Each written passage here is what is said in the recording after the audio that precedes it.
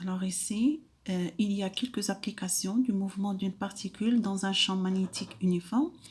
On va traiter le cas d'un spectromètre de masse. C'est un dispositif utilisé pour la séparation des isotopes ou des ions en général. Il est constitué de 4 parties. La première, c'est une chambre d'ionisation. La deuxième, c'est une chambre d'accélération. La troisième, c'est une chambre déviatrice. Et finalement, vous avez un détecteur des ions. Voyons le schéma ici. On va expliquer le fonctionnement de ce spectromètre de masse. La chambre 1, c'est une chambre d'ionisation. La matière ici se transforme en ion. La deuxième zone, chambre d'accélération. Dans cette zone, il règne un champ électrostatique uniforme par application d'une tension entre deux plaques P1 et P2. La première, elle porte une charge négative, l'autre, elle est chargée positivement. Vous avez une tension U qui est positive entre ces deux plaques. U est positif, c'est égal Vp2 moins Vp1.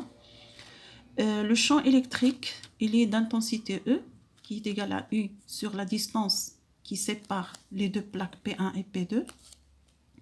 Lorsque la particule chargée arrive au point O2, O1, c'est un trou, il arrive avec une vitesse presque nulle, qui est égale à 0. Dans cette zone, il sera accéléré par une force qui s'appelle la force électrique. Ici, c'est une force Fe. La force Fe électrique est égale à Q fois le vecteur électrostatique E.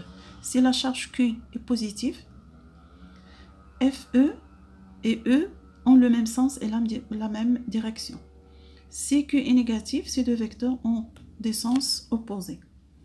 Alors, dans notre cas, les particules ici qui sont formées sont des charges qui sont négatives, Q, qui sont négatives, Q et Q', de type, on va traiter l'exemple de deux charges, Q et Q', Q négatif, Q' négatif.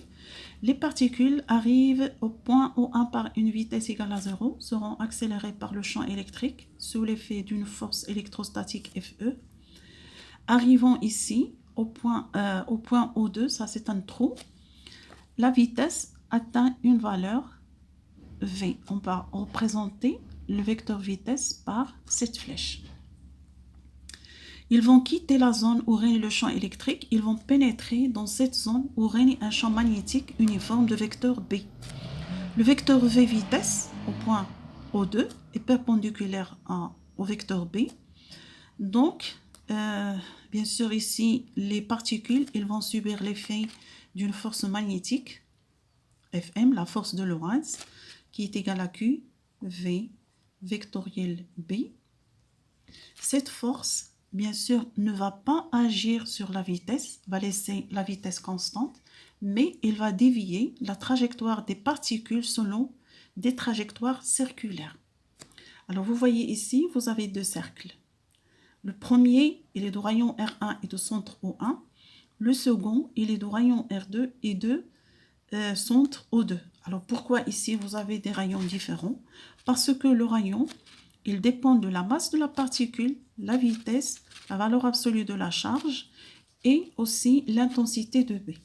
Puisque les deux particules ont des charges différentes et R dépend de M, V, Q et B, donc on aura deux rayons différents. Bien. Arrivons au point C1 et C2. Ici, vous avez deux capteurs. La première particule chargée sera captée par ce capteur, isolé, il va l'isoler, et l'autre particule sera captée par C2. Ça s'appelle la chambre de détection.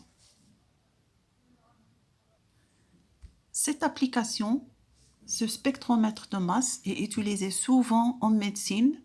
Il est utilisé par les médecins pour reconnaître le type de la drogue avalée par un individu, par exemple, en prenant un prélèvement et on l'analyse par un spectromètre de masse. Comme ça, ils peuvent savoir le type de drogue avalée, comme ça ils vont réagir.